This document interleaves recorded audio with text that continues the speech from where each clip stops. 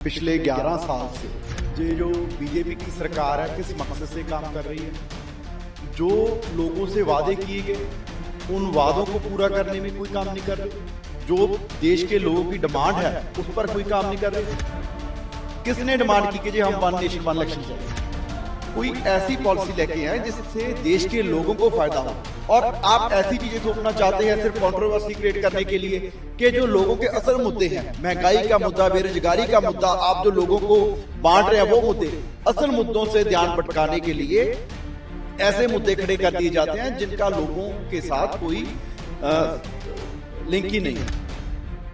वाकई कुछ देश में एक करना है तो जैसे हमारे माननीय मुख्यमंत्री साहब ने कहा कि आप पूरे देश के लिए कोई हेल्थ के लिए ऐसी पॉलिसी लेके आए कि किसी अमीर से लेके गरीब तक सबका मुफ्त में इलाज हो।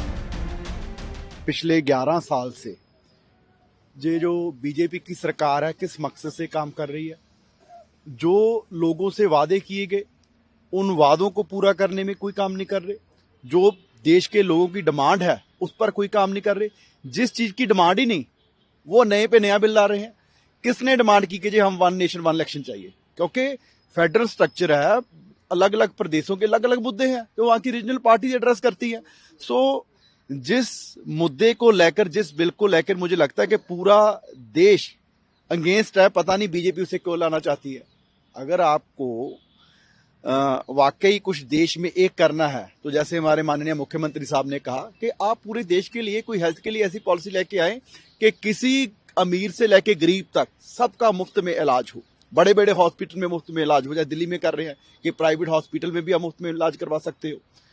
कोई ऐसी पॉलिसी लेके आए जिससे देश के लोगों को फायदा हो, और आप ऐसी चीजें थोपना चाहते हैं सिर्फ कंट्रोवर्सी क्रिएट करने के लिए कि जो लोगों के असल मुद्दे हैं, महंगाई का मुद्दा, बेरोजगारी का मुद्दा, आप जो लोगों को बांट रहे हैं वो मुद्दे, असल मुद्दों से ध्यान भटकाने के लिए ऐसे मुद्दे खड़े कर दिए जाते हैं जिनका लोगों के साथ कोई लिंक ही नहीं है। तो आम आदमी पार्टी इसका विरोध करेगी जो बिल आएगा? हाँ, डेफिनेटली जी, हमारी पूरी लीडरशिप इसका विरोध करेगी, क्योंकि पंजाब में हमारे कितने मुद्दे हैं जो सिर्फ स्टेट के हैं। हम कैसे मतलब कि एक ही दिन आप केंद्र की इलेक्शन भी कराओगे, पंजाब की इलेक्शन भी करवाओगे? क्योंकि स्टेट की इलेक्शन अलग मुद्दों पर लड़ी जाती है और केंद्र की जो इलेक्शन है वो अलग मुद्दों पर लड़ी जाती है। सो दोनों मुझे लगता है कि इलेक्शन कभी भी एक साथ नहीं होने चाहिए।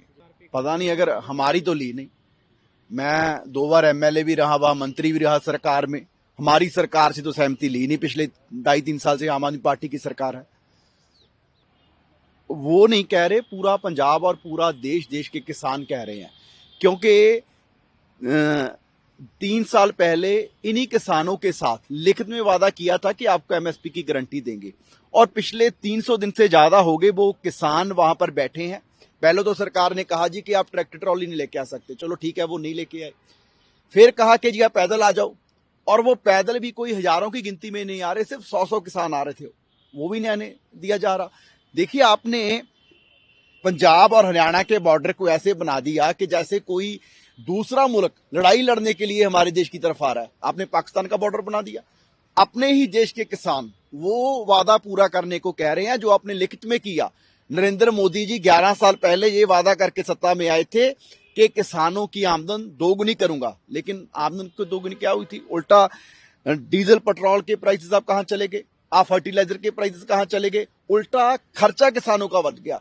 और अब जब किसान एमएसपी की गारंटी की बात कर रहे हैं, जिस एमएसपी को 2011 में जो एक सेंट्रल कमेटी बनी उसमें भी उस time Modi ji chief minister थे गुजरात के, इन्होंने भी ड्राफ्ट दिया कि एमएसपी की गारंटी होनी चाहिए, और इसका वादा भी किया गया। C2+50 फॉर्मूला मोदी जी हर भाषण में कहते थे, अब कहां चला गया? और अब उन किसानों की बात ही सुनने के लिए तैयार नहीं। हमने कुछ दिन पहले 75 साल हो गए कॉन्स्टिट्यूशन के, सेलिब्रेट किया, लेकिन जो हमारे किसान हैं, कल मैंने लोकसभा में भी जिक्र किया कि उनकी right to speech, right to movement कहां गई? कॉन्स्टिट्यूशनल राइट है कि आप उनको प्रोटेस्ट करने भी नहीं दे रहे। अपने ही देश की राजधानी दिल्ली आप उनको यहां आने की अनुमति भी नहीं दे रहे, जो बड़े दुर्भाग्य की बात है और बड़ा दुखद है किसानों के लिए। जिन किसानों ने इस देश को आत्मनिर्भर किया, आज उनको अपनी बात रखने की इजाजत भी मोदी सरकार नहीं दे रही।